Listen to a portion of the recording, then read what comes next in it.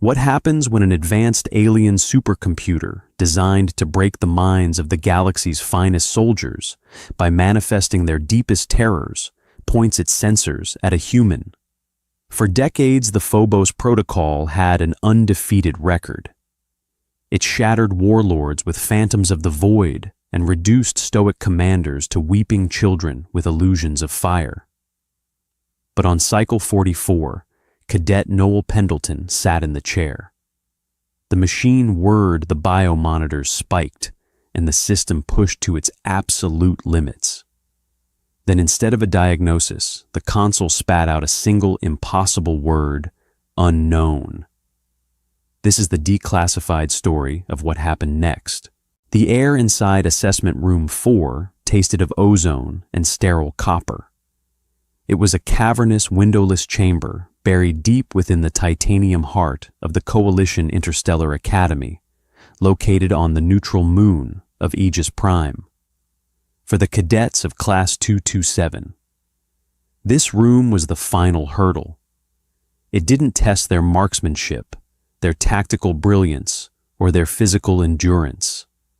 It tested their breaking point. General Gregory Hayes stood behind the reinforced plasteel observation window, his hands clasped firmly behind his back. He was a stern man, his uniform immaculate, his chest heavy with commendations from the Orion campaigns. Beside him sat Dr. Beatrice Langley, the Academy's lead neurological specialist. Her fingers danced across a holographic terminal, monitoring a dizzying array of biometric data. "Next cadet," Hayes barked, his voice carrying through the intercom. In the center of the room sat the neurocrucible, a massive biomechanical chair, surrounded by a halo of sensory deprivation rings and neural link cables. The machine was a relic of the old coalition built by the allied species to ensure no officer would ever freeze in the face of absolute terror. It bypassed the conscious mind, diving straight into the amygdala or its alien equivalents to manifest a simulation of the subject's most primal, paralyzing dread. Cadet Alistair stepped into the room. Though given a westernized name by the universal translators to ease human-alien integration, Alistair belonged to an avian-descended species known for their pride and aerial dominance. His feathers were ruffled, his posture rigid. "Sit, cadet," Hayes ordered. Alistair sat, the mechanical restraints locked over his wrists and ankles. The neural halo lowered its damp probes, pressing against his temples, initiating the Phobos Protocol. Dr. Langley announced, her tone clinical. "Stand by." The machine hummed to life. For the first 10 seconds, nothing happened. Then Alistair's heart rate skyrocketed. The biometric monitors flashed yellow, then red. Alistair's beak snapped open in a silent scream.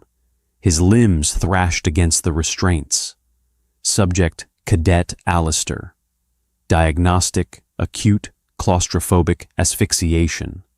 Fear state: total paralysis. "He's in the subterranean simulation," Dr. Langley muttered, adjusting her glasses. To an avian species being buried alive beneath tons of rock, unable to expand their wings, triggers a localized biological shutdown. "Enough," Hayes commanded. "Kill the simulation." The machine powered down. Alistair slumped forward, gasping for air, his proud demeanor completely shattered. Medical droids rushed in, unstrapping him and guiding his trembling form out of the room. He had survived, but barely. He now knew his limit. "They all break," Hayes said softly, almost to himself. "Every species has a biological failsafe. A predator, they fear a scenario that turns their higher brain functions to static." "It's evolutionary, General," Langley replied, resetting the console. "Fear keeps us alive. It tells the organism to flee or hide. The crucible merely identifies the trigger." "Who is next on the roster?" Dr. Langley swiped her screen. She paused, a slight frown creasing her forehead. Cadet Noel Pendleton, the human exchange student. Hayes let out a slow breath. Humans were the newest additions to the coalition. They were anomalies, physically unremarkable, lacking the armored scales of the Volg or the regenerative tissues of the Kalanites, yet they possessed an absurd, almost reckless tenacity. "Send him in," Hayes said. "Let's see what nightmares Earth has bred into them." The heavy blast doors hissed open. Noel Pendleton walked in. He didn't look like a galaxy-conquering soldier. He was of average height, with dark hair cut in strict military regulation and a calm, almost maddeningly relaxed expression. He didn't march. He strolled, taking in the intimidating machinery of the crucible with mild curiosity. "Cadet Pendleton reporting as ordered, sir," Noel said, looking up at the observation window. "Have a seat, Cadet," Hayes said over the intercom. "You understand the parameters of this test?" "Yes, General. The machine reads my brain, finds out what makes me wet my pants, and plays it back to me in 4K resolution." Hayes narrowed his eyes at the flippancy. "Sit down and secure the restraints." Noel climbed into the crucible. He didn't hesitate as the cold metal cuffs locked around his wrists.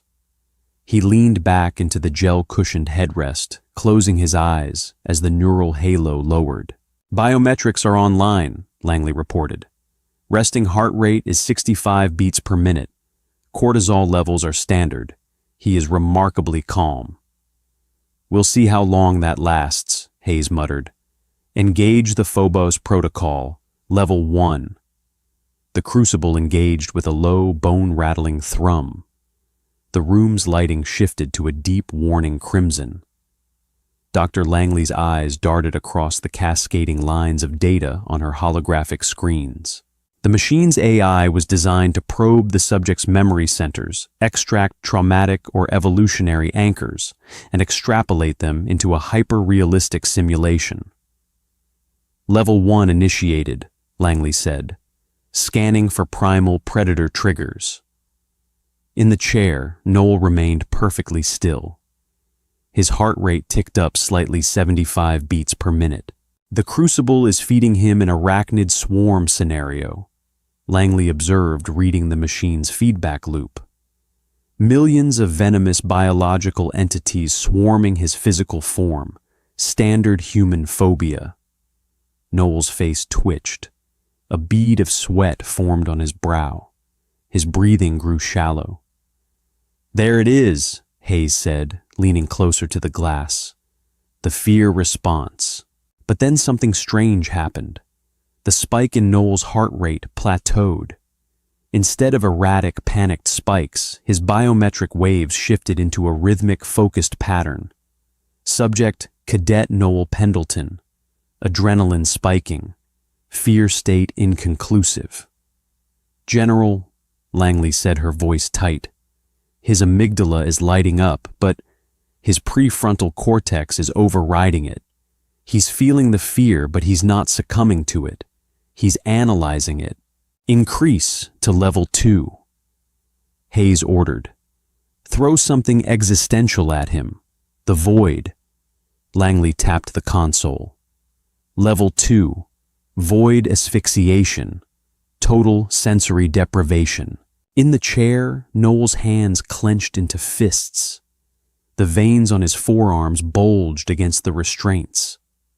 The simulation was telling his brain that he was floating in the cold, soundless vacuum of space, his lungs slowly freezing his oxygen, completely depleted. It was a scenario that had caused a hardened Volg commander to suffer a minor cardiac event just 3 cycles ago. Noel gasped, his back arching slightly, but his eyes remained closed and his jaw locked in a grim expression. Heart rate is 110. Langley reported, her fingers flying over the console. Cortisol is flooding his system. He is biologically terrified, General, but the machine can't induce paralysis. His brain is treating the simulation not as a fatal reality, but as a problem to be solved. Impossible, Hayes snapped. The crucible bypasses logic. It attacks the nervous system directly. Push it to level 3. Maximum capacity. Break him, doctor. General level 3 is reserved for deep-seated psychological trauma. It could cause permanent neural scarring. Do it. Langley hesitated, then overrode the safety protocols. The crucible roared the sound vibrating through the plasteel observation window. The machine drew more power from the facility's reactor, its cooling vents hissing as it poured everything it had into Noel's mind. The simulation shifted. Langley watched the data stream, her eyes widening in horror. It's generating a composite scenario. Total systemic failure. Loss of his entire squad. Watching his home planet burn from orbit. Betrayal by his closest allies. Noel screamed. It was a raw, visceral sound that echoed through the assessment room. He thrashed against the restraints with such force that the reinforced plasteel joints groaned. "Terminate the test," Langley shouted. "His heart rate is 180. He's going to stroke out." "Wait," Hayes commanded, his eyes locked on the writhing human. "Look at the primary console." Langley looked up. The massive holographic screen that displayed the crucible's final assessment was glitching. The text flickered erratically, switching between different coalition languages before settling on English. Processing fear, signature, error, paralysis not detected, error, flight response not detected, compiling alternative biological reaction. "What is happening?" Hayes demanded. "Is the machine malfunctioning?" "No." Langley breathed, completely mesmerized by the data. "The machine is working perfectly. It's the human. He is absolutely terrified. The crucible is showing him his absolute worst nightmare. But his biological response isn't to freeze, and it isn't to run away. Then what is it doing?" "His brain is weaponizing the fear," Langley said, her voice shaking. "It's converting the terror directly into aggression. The more afraid he gets, the more violent his neural pathways become. He isn't shutting down. He's preparing to fight the nightmare." A loud crack echoed through the room. One of Noel's hands broke free from the restraint, the thick metal snapping under an adrenaline-fueled surge of hysterical strength. The crucible's central processor began to smoke. Sirens wailed as the machine's internal temperature breached critical levels. Unable to force a surrender from the subject's brain, the AI had locked itself into an infinite feedback loop, trying to generate a fear profound enough to break him, only to be met with an ever-increasing wall of sheer, spiteful defiance. With a shower of sparks, the crucible violently shut down. The emergency dampeners deployed, flooding the room with fire-retardant foam. Noel lay in the chair, his chest heaving, his eyes wide open and bloodshot. He was drenched in sweat, his free hand gripping the broken restraint like a weapon. Above the smoking crucible, the massive diagnostic screen flickered one last time before dying completely. It displayed a single line of text in bold, unforgiving letters. "Fear classification unknown." The holding cell in Sector 7 was a stark contrast to the high-tech gleam of the rest of the academy. It was a simple, unadorned room made of gray concrete and reinforced steel, lit by a single harsh luminary overhead. Noel sat at the metal table, nursing a cup of synthetic coffee Dr. Langley had given him. His hands were still trembling slightly, the adrenaline crash leaving him pale and exhausted. A thick bandage wrapped tightly around his right wrist, where the restraint had torn his skin. The heavy door opened, and General Hayes strode in, followed closely by Langley. Hayes slammed a thick physical manila folder onto the table, an old-fashioned dramatic gesture that humans still respected. Do you want to explain to me what just happened in there, Cadet? Hayes demanded, pulling out a chair and sitting across from Noel. I took the test, General, Noel replied, taking a slow sip of his coffee. You destroyed a 3 billion credit piece of military hardware, Hayes corrected, his voice dangerously low. The engineers say the crucible's neural core is completely fused. It burned itself out trying to process your brain waves. Now the official record states your result was unknown. Hayes leaned forward, invading Noel's space. But I don't believe in the unknown, Pendleton. I believe in tricks. I believe in Earth Defense Charter black market neural dampeners. What did you take before you sat in that chair? Beta blockers, synaptic suppressants. Noel looked at the general, his eyes flat. I didn't take anything, sir. You did the blood draw yourselves before I went in. He's telling the truth, General, Dr. Langley interjected smoothly. She opened the folder, revealing printed graphs of Noel's brain activity. I've analyzed his toxicology reports 3 times. He was completely clean. What happened in the crucible wasn't a pharmacological trick. It was a biological anomaly. Explain, Hayes ordered, not taking his eyes off Noel. The crucible is designed to find the fear that makes a soldier freeze, Langley explained, tapping a jagged red line on the paper. In every known species, absolute terror triggers a survival mechanism. The brain shuts down the body to prevent it from doing something catastrophic, or it forces an immediate retreat. A freeze or flight response. Langley looked at Noel, a mixture of awe and apprehension in her eyes. But humans evolved on a Class 9 death world. Your ancestors didn't have armor or claws or venom. If you froze, you died. If you ran, you were chased down and eaten. So what did his brain do? Hayes asked. It synthesized the terror, Langley said. When the crucible pushed Noel to level 3, it hit his deepest fear. But his brain didn't shut down. It flooded his system with adrenaline, noradrenaline, and dopamine.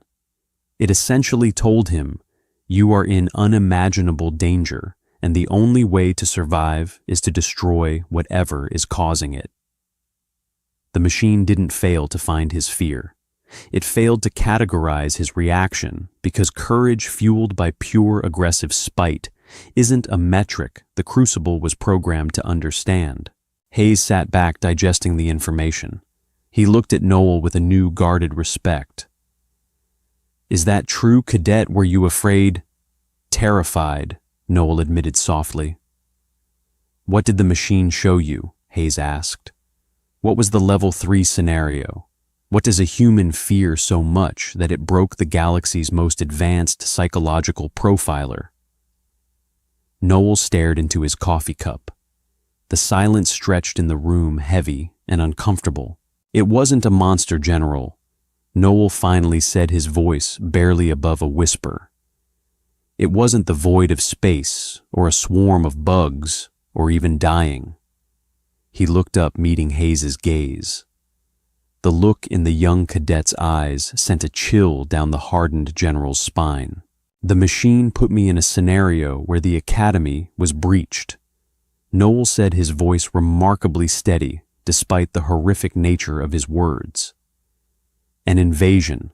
Chloe, Alistair, the rest of my squad. They were pinned down, dying. The enemy was overwhelming.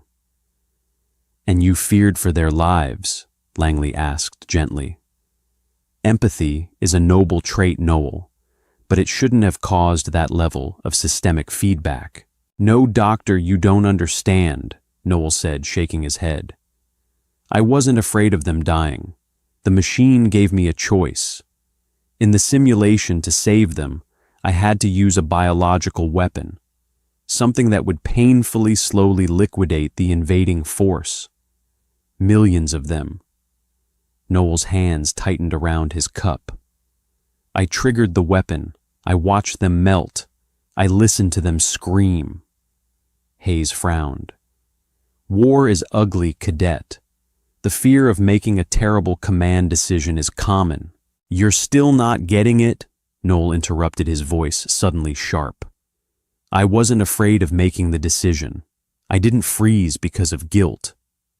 He leaned in closer to the two officers, the raw, unfiltered truth of humanity's dark evolutionary history bare on his face. I was afraid, Noel whispered, because of how much I enjoyed doing it. I was terrified of how easy it was to become a monster. And I was even more terrified that if I had to, I would do it again. The room went dead silent. Dr. Langley swallowed hard, instinctively, taking a half step back from the table. General Hayes stared at the human, realizing for the first time exactly what kind of species the coalition had invited into their ranks.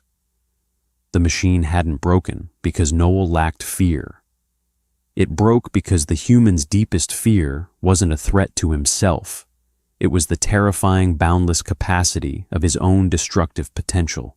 Before Hayes could formulate a response, a deafening klaxon shattered the silence of the interrogation room. The harsh white luminary flickered and died, replaced instantly by the strobing red glow of the facility's emergency lights. A mechanical voice echoed through the PA system, devoid of any emotion. Alert, alert, facility breach detected in Sector 4. Hostile entities on board. This is not a drill. I repeat, this is not a drill. General Hayes stood up immediately, his hand dropping to the sidearm at his hip. Sector 4. That's the primary docking bay. Dr. Langley's terminal beeped frantically. General long-range sensors just caught up. It's a splinter fleet of the Volg separatists. They bypassed our early warning buoys. Hayes cursed under his breath. The Volg separatists were ruthless. If they had breached the docking bay, they would be flooding the lower levels within minutes. Noel stood up from the table. The trembling in his hands was completely gone. His posture was rigid, his eyes locked onto the reinforced door. The fear was gone, replaced by the chilling, hyper-focused calm that had broken the crucible. General, Noel said, his voice devoid of any hesitation. Sector 4 is directly connected to the cadet barracks. My squad is down there. Hayes looked at the human. 5 minutes ago, he had viewed Noel as an unpredictable anomaly. Now, looking at the cold determination in the young man's eyes, Hayes realized the horrifying truth. The Volg had just boarded a station with a predator that was afraid of nothing but its own capacity for violence. And the Volg had just given him a reason to let it out. The red emergency strobes bathed the corridor in a harsh, pulsing glow. The pristine, sterile environment of the Coalition Interstellar Academy had been instantly transformed into a submarine drowning in deep water. Sirens wailed a discordant mechanical shriek that vibrated in the teeth. General Gregory Hayes sprinted down hallway B7, his heavy boots echoing against the titanium floor grates. Behind him, keeping perfect pace, was Cadet Noel Pendleton. Dr. Langley had locked herself inside the reinforced observation deck of the Crucible Room, tapping into the station's security mainframe to act as their eyes and ears. Her voice cracked over the general's earpiece. General, the Volg have locked down the elevators leading to Sector 4. They're venting life support in the outer rings to funnel the cadets into the central atrium. It's a slaughterhouse down there. How many hostiles? Dr. Hayes barked, thumbing the biometric lock on a heavy security door. I'm counting at least 40 thermal signatures in the main hangar and another dozen moving through the barracks, heavily armed. General, they have plasma casters. They aren't trying to take hostages. This is a punitive strike. Hayes swore, the biometric lock flashing green. The heavy door hissed open, revealing Auxiliary Armory 9. The walls were lined with sleek high-tech coalition weaponry, phase pistols, thermal lances, and stun batons. "Grab a phase rifle, Cadet," Hayes ordered, pulling a heavy repeating blaster from the rack and checking the battery cell. "Set to lethal. The Volg possess a dense subdermal carapace. Stun settings will only make them angry." Noel didn't reach for the phase rifle. He walked past the racks of elegant energy weapons and stopped in front of a glass case at the back of the room. It held the primitive kinetic weapons used for low-orbit boarding actions, where energy weapons risked piercing a ship's hull. With a sharp strike of his elbow, Noel shattered the glass. He pulled out a heavy blocky piece of dark metal, an Earth-manufactured KS-23 close-quarters kinetic shotgun, designed to fire solid slugs the size of a human thumb. "Cadet, that weapon is a relic," Hayes snapped. "It has immense recoil and limited ammunition. Energy weapons cauterize wounds, General." Noel said, his voice terrifyingly calm as he racked the heavy slide. The metallic chack-chack sound seemed to suck the air out of the room. "The Volg have secondary nervous systems. If you cauterize the wound, they keep fighting. If you hit them with kinetic mass, the hydrostatic shock shatters their internal organs. They don't get back up." Hayes stared at the 20-year-old kid. Noel wasn't looking at the gun with fear. He was looking at it like a surgeon looking at a scalpel. The crucible hadn't just revealed his fear, it had stripped away his civilized inhibitions, leaving only the apex predator beneath. "Langley, we are moving to the maintenance stairwell," Hayes said into his comms. "Guide us. Take a left at Junction 4. Be careful. I'm reading 2 Volg sentries guarding the stairwell entrance." They moved silently through the pulsing red corridors. As they approached Junction 4, Hayes raised his hand, signaling Noel to stop. The general leaned carefully around the corner. 2 Volg warriors stood in front of the heavy blast doors of the stairwell. They were towering masses of gray-scaled muscle, standing nearly 7 feet tall. They wore heavy kinetic armor and held rotary plasma cannons with terrifying ease. They were speaking in low guttural clicks and hisses, confident in their absolute dominance of the station. "I'll take the one on the left," Hayes whispered, aiming his blaster. "On my mark. 3, 2. Before Hayes could say 1, Noel moved. He didn't peek around the corner to shoot. He threw himself into a low slide across the frictionless titanium floor, propelling himself completely out of cover and directly into the open hallway. The Volg sentries whipped around their reptilian eyes, widening in shock at the sheer suicidal audacity of the maneuver. Before their heavy plasma cannons could track the sliding human, Noel leveled the KS-23 and pulled the trigger. The blast was deafening in the enclosed space. A fist-sized slug of depleted uranium caught the right Volg dead in the center of its armored chest plate. The kinetic force was so absolute that it lifted the 7-foot alien completely off its feet, slamming it backward into the steel bulkhead with a sickening crunch. It dropped to the floor motionless. The second Volg roared, swinging its cannon down. Noel didn't flinch. Still sliding, he pumped the action, chack-chack, and fired again. The second slug took the Volg in its unarmored knee joint, severing the leg entirely. As the massive alien collapsed, screaming to the floor, Noel rolled smoothly to his feet, walked up to the thrashing creature, and fired a third round, point blank into its helmet. Silence crashed back over the hallway, save for the wailing sirens. Hayes stepped out from cover. His phase rifle lowered his mouth slightly open.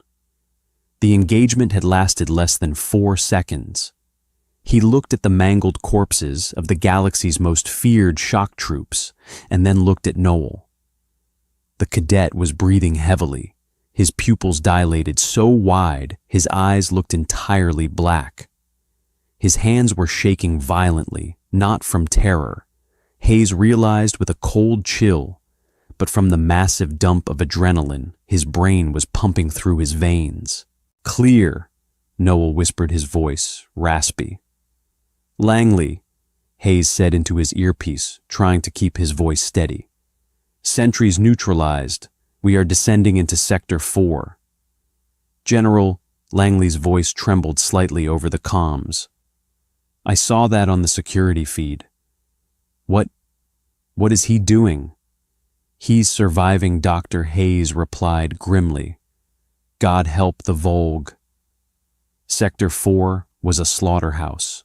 The central atrium of the cadet barracks was a sprawling multi-tiered plaza meant for socialization and study. Now it was a war zone. The air was thick with the acrid smoke of scorched plasteel and the copper scent of alien blood. Cadet Chloe Vance, a human from the Mars colony, was huddled behind an overturned hydroponics planter on the second-tier balcony. Beside her lay Alistair. The proud avian cadet's left wing was entirely charred, a gruesome burn from a plasma-glancing blow. He was pale, his beak clicking rapidly in shock. "Hold pressure on it, Alistair," Chloe yelled over the din of weapons fire, her hands slick with medical foam as she desperately tried to pack the wound.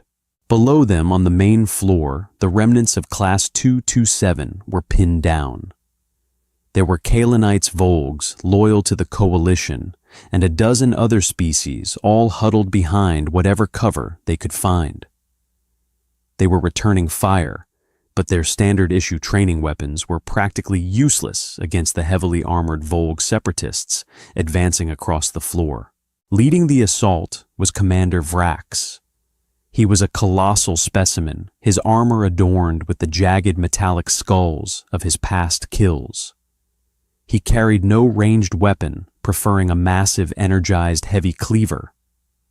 "Cease fire!" Vrax roared, his voice amplified by his suit's external speakers. The plasma fire from his troops halted, leaving only the groans of the wounded. Vrax stepped forward, his heavy boots crushing a fallen data pad. He looked up at the terrified cadets cowering behind the barricades. "Coalition whelps!" Vrax sneered, his mandibles clicking in amusement. "You play at being soldiers. You sit in your sterile classrooms and study tactics, but you do not know war. War is not a simulation. War is the scent of fear." He pointed his glowing cleaver at the barricades. "We have locked the blast doors. The station's security forces are sealed on the upper levels. You have 3 minutes to surrender your commanding cadet. If you do, I will only execute every third one of you. If you resist, I will flay you all and string your hides from the hangar pylons." Behind the planter, Chloe gripped her standard-issue phase pistol. It had 2 charges left. "We don't surrender," she whispered to Alistair. "We make them bleed for every inch." Suddenly, the red emergency strobes above them shorted out. A loud mechanical groan echoed through the atrium, followed by a series of heavy thunks as the massive magnetic locks on the sector's main blast doors engaged. Then the power died completely. The atrium was plunged into absolute suffocating darkness. The hum of the life support systems spun down to a silent halt. "What is this?" Vrax demanded in the dark. "Thermal optics engage." Down on the floor, 30 Volg warriors tapped the sides of their helmets. The pitch-black room was instantly illuminated in their visors by the glowing red and orange thermal signatures of the terrified cadets hiding behind the barricades. "They think hiding in the dark will save them." Vrax laughed, a cruel hacking sound. "Slaughter them all." Before the Volg could raise their weapons, a horrific sound echoed from the high-ceiling catwalks. It was the sound of screaming metal, a high-pressure coolant pipe being violently ruptured. A massive geyser of sub-zero liquid nitrogen erupted from the ceiling, cascading down onto the main floor. The liquid instantly flashed into a thick, freezing fog that rolled across the atrium. "My thermals are blinded," one of the Volg soldiers shouted in their native tongue. The freezing fog was acting as a massive thermal blanket, washing out their visors in a sea of blinding icy blue. They couldn't see the cadets. They couldn't see anything. Then out of the freezing white mist came a sound that didn't belong. Chak chak. A deafening roar shattered the silence. A Volg soldier standing near the perimeter was violently thrown backward into the dark, his chest plate caved in. "Ambush!" Vrax bellowed. "Concentrate fire on the flash." Plasma bolts tore through the freezing fog, illuminating the mist in brief, chaotic bursts of green light. They hit nothing but empty floor and shattered plasteel. Chak chak. Another roar. Another Volg soldier dropped a massive exit wound blown through his back. "Where is he?" A soldier panicked, firing blindly into the fog. "I can't see his thermal signature." High above, clinging to the shadows of the catwalk, Noel Pendleton watched them panic. Before breaching the room, he had deliberately stood beneath the ruptured coolant pipe. His uniform was soaked in liquid nitrogen. His body temperature had plummeted to near hypothermic levels. To the Volg thermal optics, he was entirely invisible, a ghost in the machine. His teeth chattered violently, his skin burning with the intense pain of the freezing cold. But the fear-induced adrenaline raging through his system masked the agony. The crucible had taught him exactly how fear worked, and now he was becoming the nightmare. Noel dropped silently from the catwalk landing in the thickest part of the fog behind a squad of 3 Volg warriors. He didn't use the KS-23 this time. It was too loud. It gave away his position. He drew the heavy, jagged survival combat knife he had taken off the first sentry. He stepped up behind the rear guard. He clamped his freezing numb hand over the alien's mandibles and drove the blade up through the soft, unarmored joint beneath the helmet, straight into the brainstem. He lowered the twitching body to the floor without a sound. He moved to the next. A quick slash to the back of the knees to drop the alien, followed by a brutal practice thrust to the spinal column. The third Volg turned just as Noel withdrew the blade. The alien opened its mouth to scream a warning. Noel lunged forward, grabbed the alien by the armored collar, and drove his forehead directly into the Volg's faceplate. The plasteel cracked. Stunned, the alien stumbled backward. Noel didn't hesitate. He brought the KS-23 up with one hand, shoved the barrel directly into the cracked visor, and pulled the trigger. The blast illuminated the fog for a fraction of a second. In that brief flash of light, Commander Vrax and his remaining men saw something that froze the blood in their veins. Standing amidst a pile of their dead brothers was a single human. He was covered in frost and alien blood, his eyes wide and hollow, his face twisted into a mask of pure, unadulterated aggression. He wasn't acting like a soldier following orders. He was acting like a starving predator in an enclosure full of prey. For the first time since the assault began, Commander Vrax took a step back. He felt a cold alien sensation creeping up his spine. It was a sensation his species had engineered out of their DNA centuries ago. It was a sensation the Crucible had failed to classify in the human. Vrax was feeling terror. Noel pumped the shotgun. Chak chak. "Who's next?" the human whispered into the dark. The temperature in the central atrium continued to plummet the ruptured coolant line, raining a localized blizzard over the barricades. To the Volg, the freezing fog was a shroud of death. To Cadet Noel Pendleton, it was camouflage. Up in the reinforced security hub of Sector 4, Dr. Beatrice Langley's hands flew across the holographic terminal. She had successfully bypassed the localized jamming and tapped into the atrium's internal acoustic sensors. She couldn't see anything through the thermal blocking mist, but she could hear it. She heard the heavy panicked breathing of the Volg separatists. She heard the wet thud of bodies hitting the titanium floor. And every few seconds she heard the terrifying mechanical chack-chack of the kinetic shotgun. "General," Langley whispered, her voice trembling. General Hayes stood beside her. His phase rifle lowered, his eyes fixed on the audio waveforms dancing across the screen. "He's dismantled half the strike team in under 4 minutes. This isn't standard coalition training. It's not even standard Earth military doctrine. It's too surgical, too cold." Hayes frowned, his mind racing.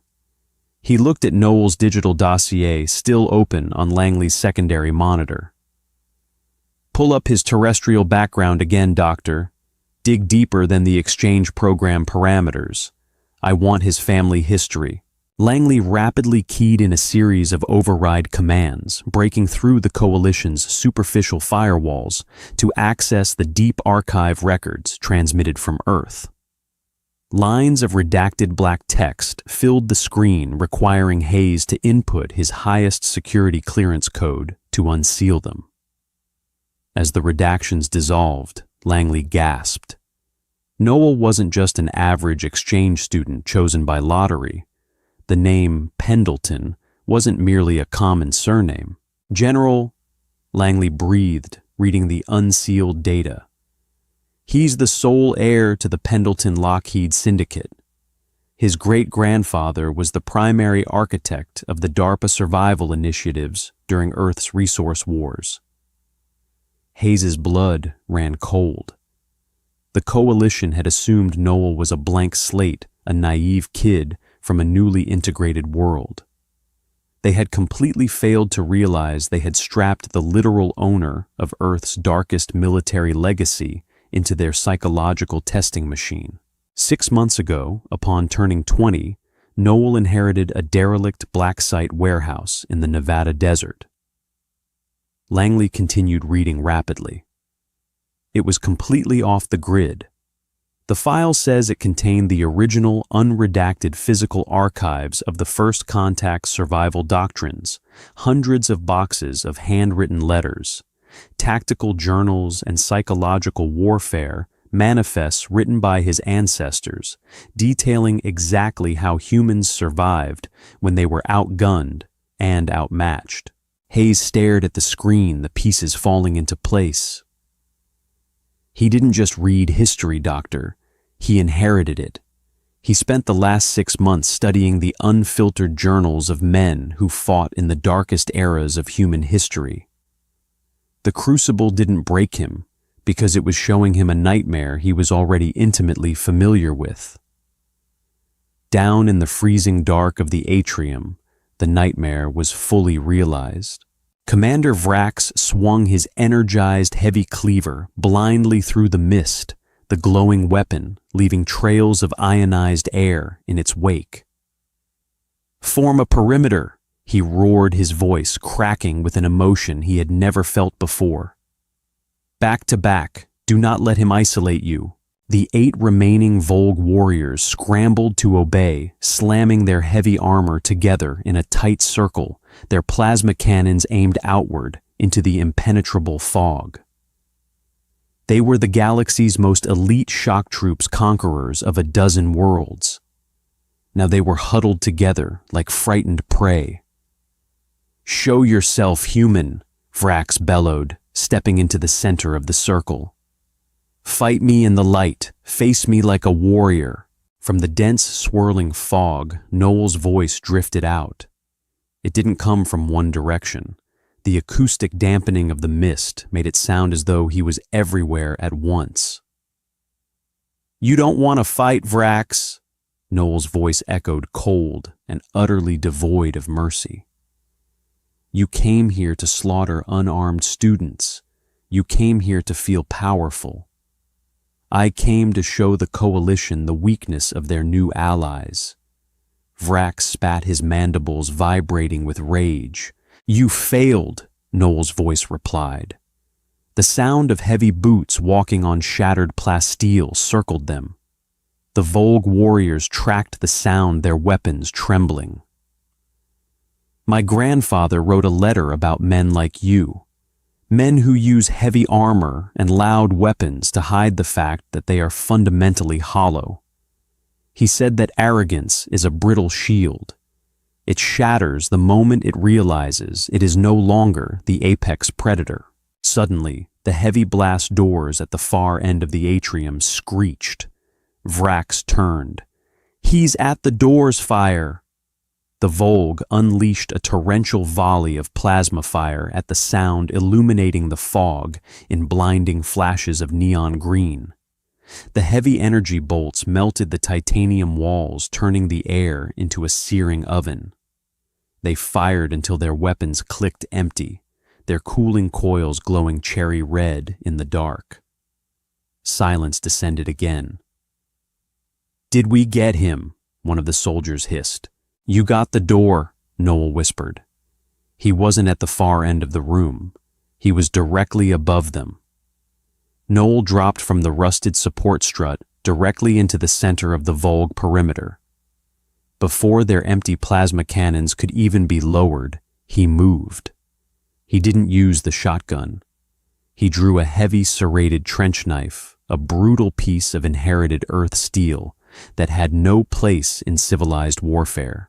He drove the blade into the unarmored neck joint of the Volg on his left, ripping it sideways to sever the vocal cords before the alien could scream. He spun, catching the next Volg by the heavy shoulder pauldron, and buried the blade under its armpit, finding the secondary heart. The circle broke in absolute panic. Vrax roared, swinging his glowing cleaver down toward Noel's head. Noel didn't block it. He let his knees buckle, dropping entirely underneath the massive swing.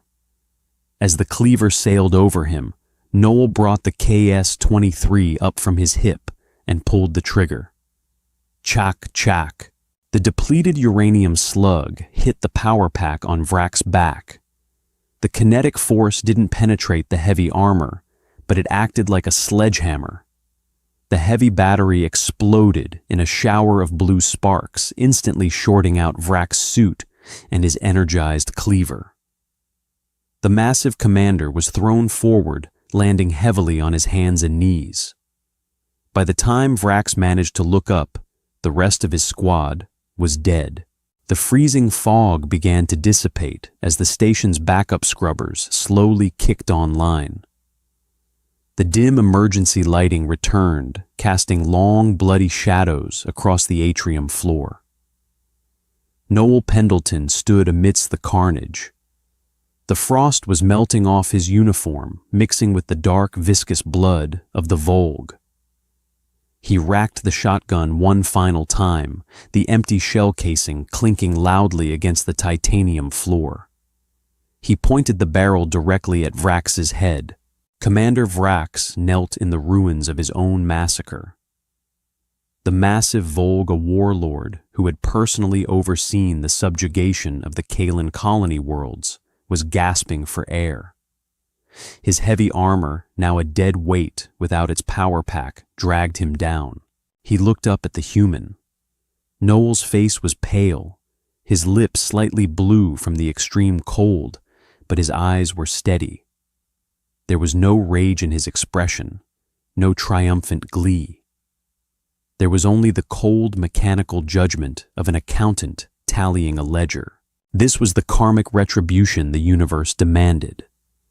Vrax had built a career on humiliating the weak, on parading his superiority over species that could not defend themselves.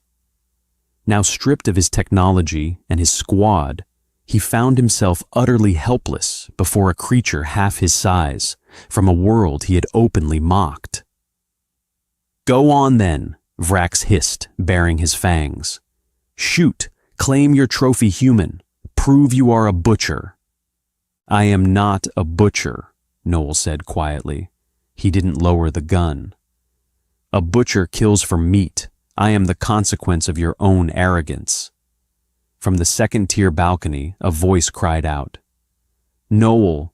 Noel didn't take his eyes off Vrax, but his peripheral vision caught movement. Cadet Chloe Carter, her medical scrub stained with Alistair's blue avian blood, was peering over the edge of the hydroponics planter.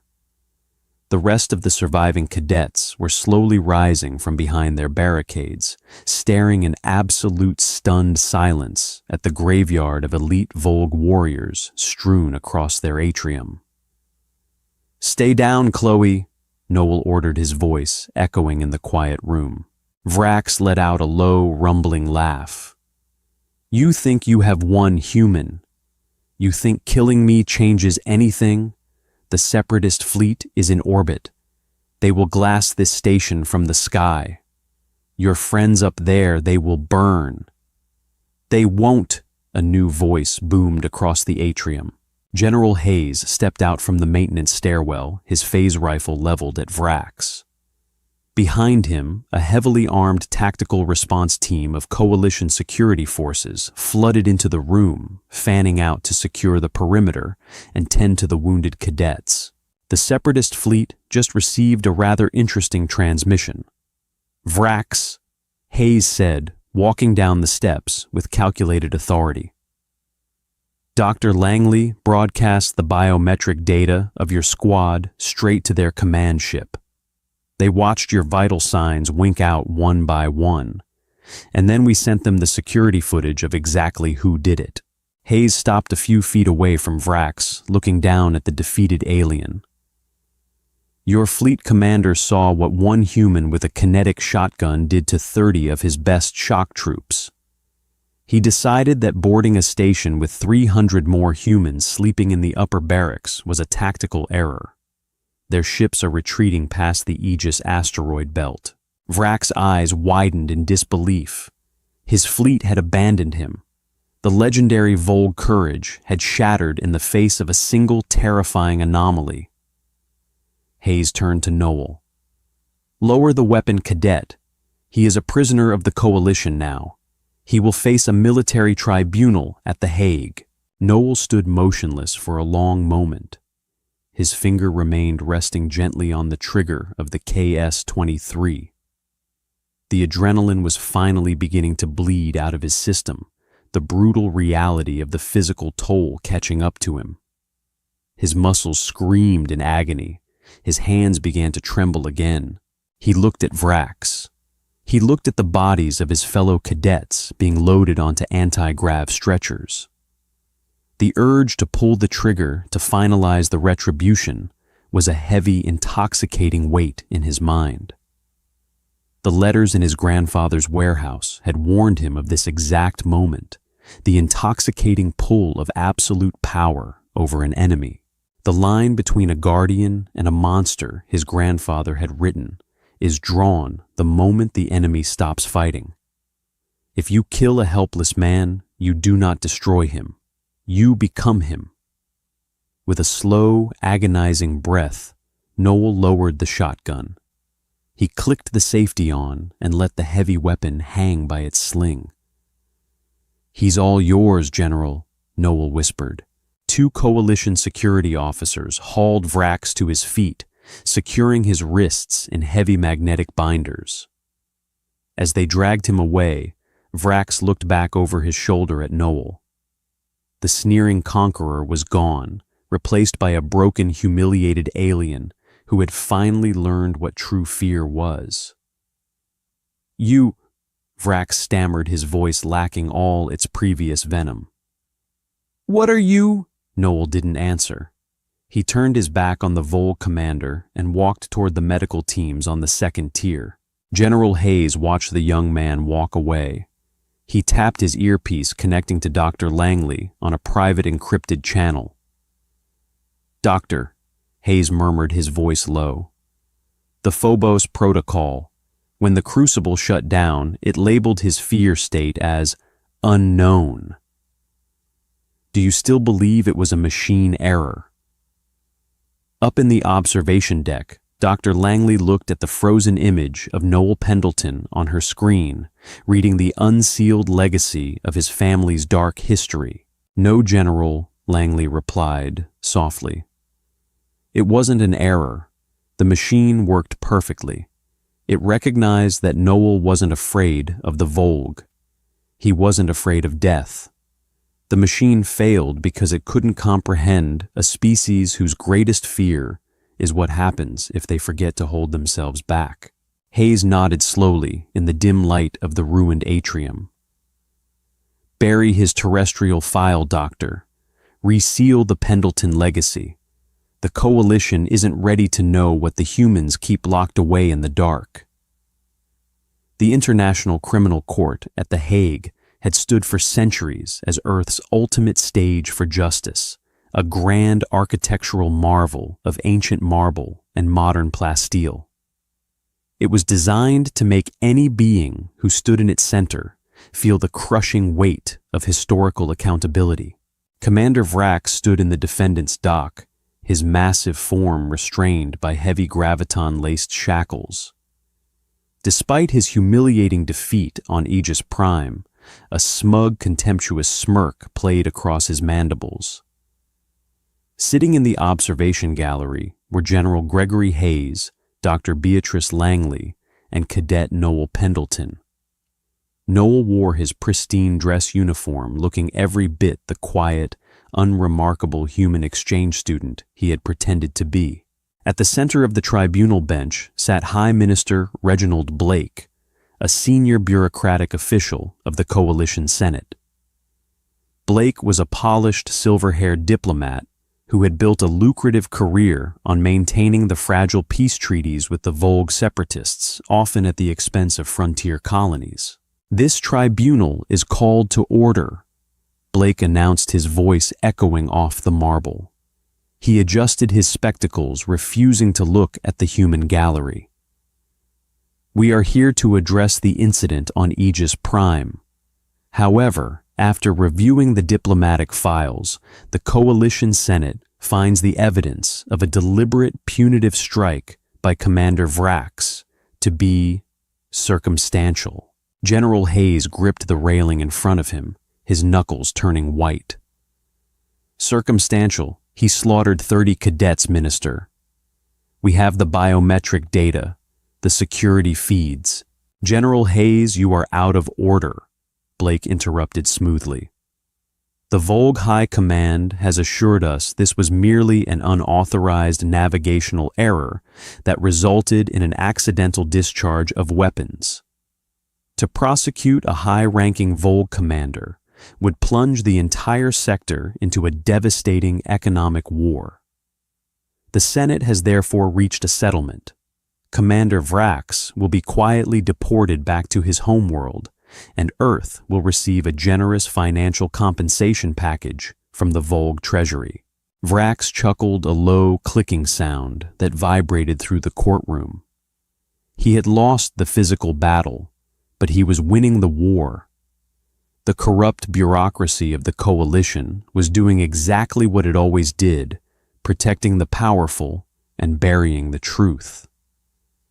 "A cover-up," Dr. Langley whispered, horrified. "They're going to let a butcher walk free to save their supply chains." "Not today," Noel said quietly. Noel stood up. He didn't ask for permission to speak. He stepped out of the gallery and walked calmly down the center aisle of the courtroom, his boots clicking sharply against the polished stone floor. "Cadet Pendleton, return to your seat immediately, or you will be held in contempt." Blake barked, his face flushing with anger. Noel stopped in the center of the room, looking directly up at the High Minister. The deferential, quiet student was gone. In his place stood the sole heir of the Pendleton Lockheed Syndicate. "Minister Blake," Noel began, his voice projecting clearly without the need for a microphone. You claim that prosecuting Vrax would cause an economic war. You claim that the Volg supply chains are too vital to the coalition's infrastructure to risk. Noel reached into his jacket pocket and pulled out a small, sleek data drive. He placed it on the evidence podium. What you failed to mention to this tribunal, Noel continued, his tone turning razor sharp, is that your private holdings, specifically the Vanguard orbital refineries, rely entirely on Volg plasma coolant imports. You aren't protecting the coalition, Blake. You are protecting your own wallet. The courtroom erupted into murmurs. Blake's face drained of color. This is outrageous. Guards, remove this cadet. I wouldn't do that, Noel said, his eyes locking on to the approaching security detail, with a gaze so cold they instinctively stopped in their tracks. He turned back to Blake. You see, 6 months ago, I inherited an off-the-grid archiving facility in the Nevada desert. But it wasn't just old war journals, Minister. It contained the foundational algorithms for Earth's black market financial networks, built by Palantir Technologies during the resource wars. Over the last 72 hours, while you were drafting this cowardly settlement, I used those networks.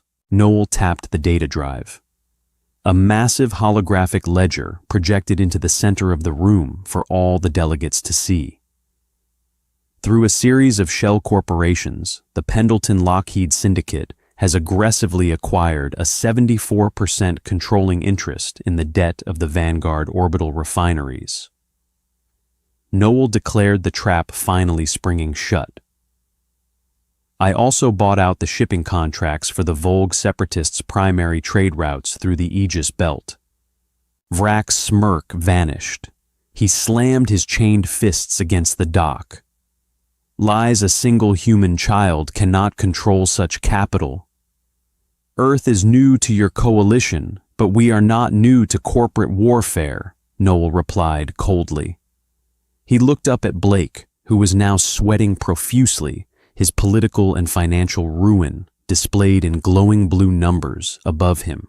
If Commander Vrax walks out of this room, a free man, Noel said, his voice dropping to a dangerous whisper, I will instantly foreclose on every single refinery you own, Blake.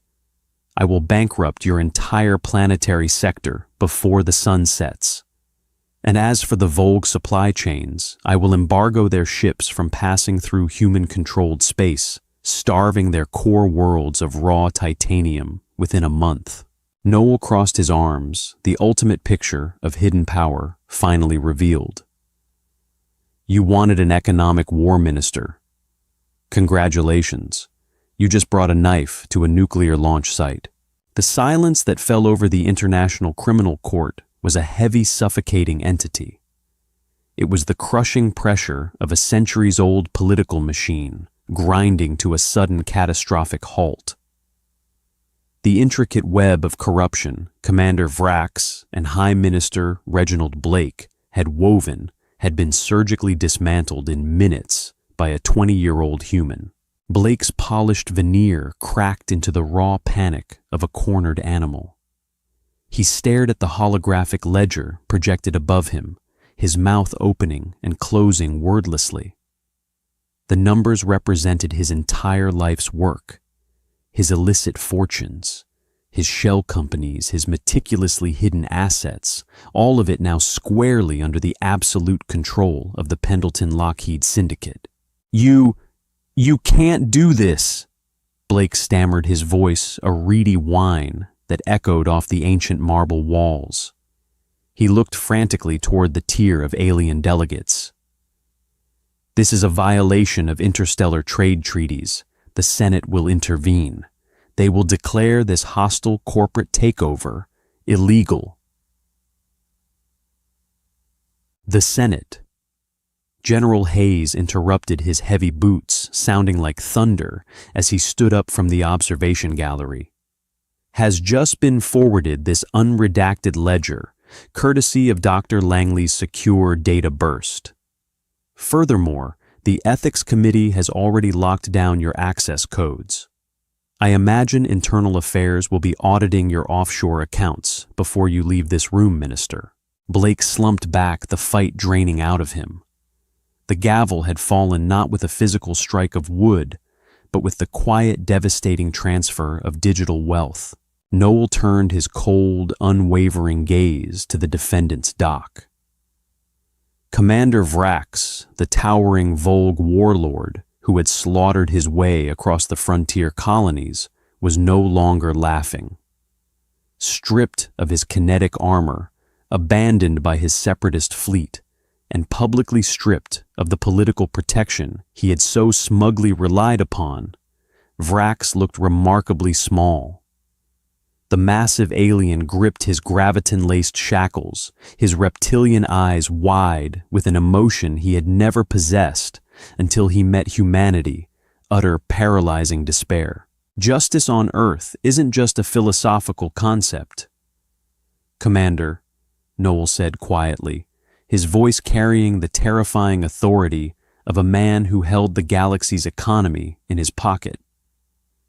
"It's a ledger, a strict accounting of debts and payments, and your account is heavily overdrawn." The execution of the Pendleton Protocol was swift and merciless. Within 24 hours of the Hague Tribunal, the financial landscape of the coalition sector was permanently altered. The black market algorithms Noel had unleashed from his grandfather's Nevada facility operated with ruthless efficiency. The Vanguard orbital refineries, previously Blake's crown jewels, saw their massive debts called in simultaneously. When they couldn't pay the sudden astronomical sum, Pendleton Lockheed corporate subsidiaries absorbed them for fractions of a credit. The Volg separatist high command, witnessing the sudden catastrophic embargo of their vital titanium trade routes, practically fell over themselves to disavow Commander Vrax. They officially declared him a rogue extremist, acting entirely without authorization, severing all diplomatic ties to save their rapidly collapsing economy. Karmic retribution had come through the inescapable crushing weight of social and financial accountability. Reginald Blake was formally stripped of his Senate title, his sprawling assets frozen, and he was dragged out of The Hague in standard magnetic cuffs destined for a maximum security white-collar isolation wing on the icy prison colony of Cocytus 9. Without his government's backing or his paid-off politicians, the tribunal handed Vrax the maximum sentence allowable under coalition law. The once feared warlord was condemned to life without the possibility of parole in the deep-crust penal mines of Titan. It was a lightless, freezing hell where he would spend his agonizingly long alien lifespan breaking rocks in the dark, completely forgotten by the universe he had arrogantly tried to conquer. 3 weeks later, the Coalition Interstellar Academy on the neutral moon of Aegis Prime officially reopened its heavy blast doors. The physical scars of the Volg assault had been meticulously scrubbed clean. The melted titanium bulkheads were replaced, and the shattered plasteel of the central atrium was rebuilt. But the psychological scars remained deeply embedded in Class 227. The cadets walked with a new, hardened rigidity, their eyes constantly scanning the shadows.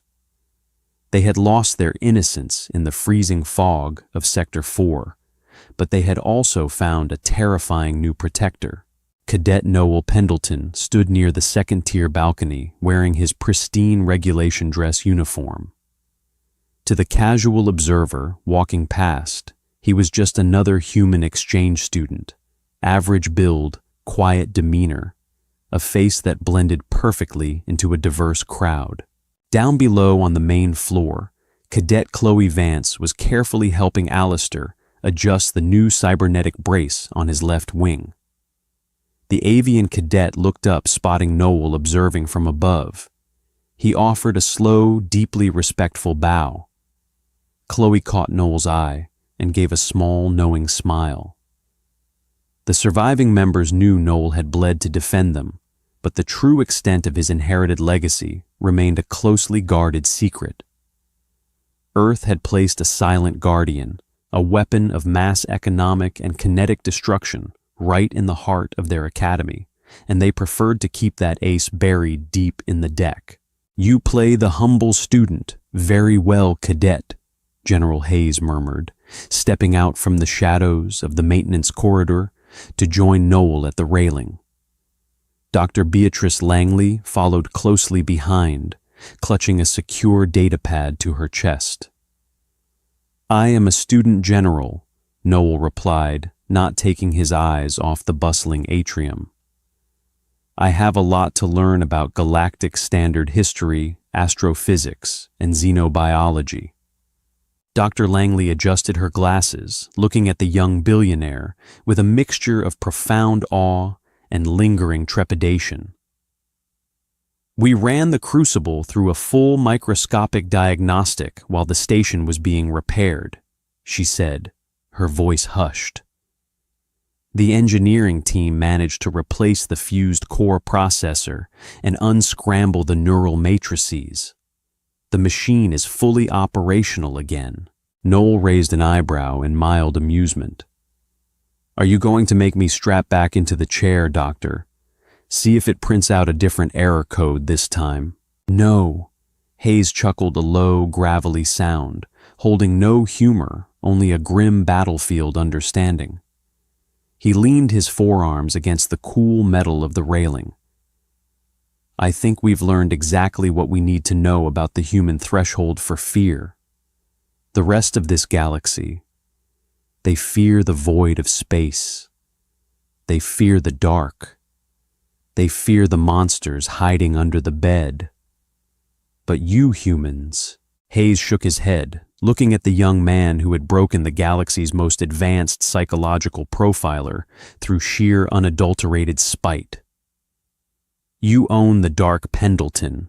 Noel let out a slow breath, his mind drifting back to the derelict warehouse in Nevada, to the heavy boxes of handwritten letters from ancestors who had fought tooth and nail for survival in an uncaring, hostile universe. They had passed down not just unimaginable wealth, but a profound, terrifying understanding of the human condition. "We just learned a very painful lesson a long time ago, sir." Noel whispered his voice, barely carrying over the ambient noise of the alien cadets below. "If you want to keep the monsters out of your house, you can't just build thicker walls. You have to be willing to keep a much, much bigger monster locked in your own basement." The warning bell chimed sharply across the PA system, signaling the start of the afternoon instruction cycle. Noel pushed himself off the railing, adjusting his collar to ensure it was perfectly within military regulation. "If you'll excuse me, General Doctor," Noel said politely, his face returning to a mask of pleasant, harmless neutrality. "I have a midterm exam in advanced astrogation, and I'd hate to be late." Hayes and Langley watched in silence as the sole heir to the Pendleton Lockheed Syndicate, the boy who had brought a warlord to his knees and bankrupted a high minister before lunch, blended seamlessly back into the sea of students. He was a living ghost, a hidden sword waiting quietly in the scabbard, holding the line between civilization and the abyss. Did the chilling conclusion of Noel Pendleton's story leave you breathless? The universe thought humans were weak, but they learned the hard way that our greatest weapon isn't our technology. It's the terrifying depths of our survival instinct and the unyielding weight of our justice. If you loved this deep dive into sci-fi HFY drama, karmic retribution, and corporate warfare, don't let the story end here. Hit that like button to show your support for Earth's ultimate silent guardian. Share this video with your friends and fellow sci-fi fans to spread the legend of the Pendleton Syndicate. And most importantly, subscribe to the channel and ring the notification bell so you never miss out on our next epic serialized storytelling adventure. We have plenty more mind-bending twists, hidden legacies, and galaxy-shaking reveals coming your way. Join the ranks and let's